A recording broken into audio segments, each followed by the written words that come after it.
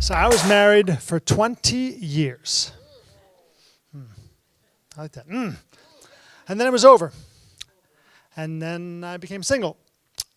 And when I was last dating, I had hair. And there were no cell phones. It was a long time ago. And now it's Bumble and Bimble and Twatter or whatever. And I didn't know what to do. Luckily, I have some very good friends that were willing to be matchmakers for me. And they introduced me to a woman. And she was interested in meeting me, which was really nice and surprising. And so we texted, and I actually sent the first message. And I was like, hi, people that know you and people that know me thought it might be a good idea that we get together and meet. And it was just like blah, blah, blah, blah. Just LOL. She liked it. So we met for lunch. And, I got there early, and I sat there waiting for her, and then I thought to myself, oh, shit, what if I don't find her attractive? Oof, what if she doesn't find me attractive? Oof. She showed up. She was lovely. We had a really nice lunch. I think she found me attractive or appealing enough that she said, hey, you know what? What are you doing tonight? And I was like, oh, do I have any plans? Would you like to come with me to a StorySlam? And I said, what's StorySlam? And I'm not going to explain it to you. You obviously know. But I didn't. I didn't even know this existed. And I was like, this sounds great. I think I'll go. Matter of fact, I might even tell a story. And she was like, what? I'm like, yeah. I'm like, all right. So I had some time to figure out what I was going to do, because I had a bunch of stories, some riffs I'd set aside, because I thought maybe someday I'd do a stand-up thing. But I had this story basically about catching shrimp at a hibachi restaurant. It's much better than you think. It actually really is, but that's another story.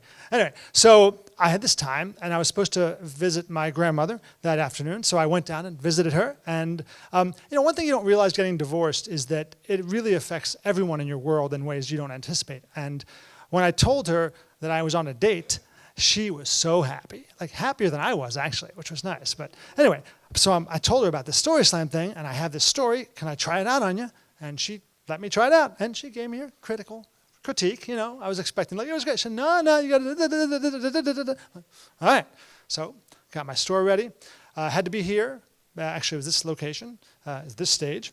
You had to be here at 10 of 8. Make sure you get your name in. So I zipped down to what I thought was the location. I parked. It was awesome. There's tons of parking. I go into the building, the vacant building that wasn't this place, because Waze fucked me. I always trust in Waze. That was a mistake. So I realized I've got 5 minutes to get here. Do I park, leave the car? Do I stay? Do I run? So I just sprinted here from about a half mile away where I was. Get here sweaty. I'm upset, but I'm here. I got my story. She shows up. We get our seats, probably right around there. And then they start pulling names out of the hat. Now, for those of you who don't do stories, that is really nerve-wracking. The name comes out. It's not you. Oh, okay. Second name, not you. Okay.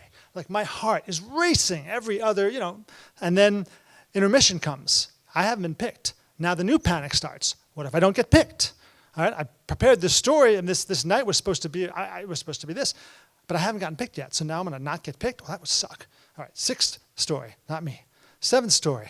This woman told this story about giving roadhead up in Maine in a car with a broken window. And then they call my name. I got to follow roadhead girl. And, but I came out, and nice snort. That was good. I like that. My work here is done. So, roadhead girl, then me. I tell my story. It was so much fun. I mean, for those of you who never tried it, you got to try it. The adrenaline was pumping. This was my first date. It was so much going on, and I channeled it all into this microphone in my story. And I came off stage, and at the point when I left, it was roadhead girl and I tied for first. Really? It was well received. And then the 8th and 9th, and then the 10th guy goes, and he did some story about some metaphysical past life, reincarnation. I didn't get it. I don't think the judges got it. But they didn't want to admit they didn't get it, so they gave him the 10s, so he won. But I came out of this with such a rush, and then we walked out of here, as our first date, under the bridge to that pier, and I had my first post-marriage kiss. All right? So I'm not going to slam her like you want me to. We lasted about a month. But I've been doing this for almost 2 years. And it's been great. So thank you.